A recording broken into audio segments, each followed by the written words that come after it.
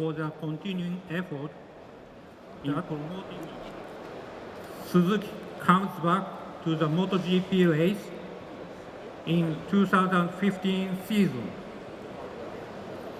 Hello, thanks everybody to be here. And next year in 2015, with Alex Espargaró as one of the riders. And the second rider will be a great coming up talent, which is Maverick Viñales. He's currently racing in Moto2. We also decided to anticipate our racing involvement, and we will race the last race in Valencia as a wild card with Randy Depuignet.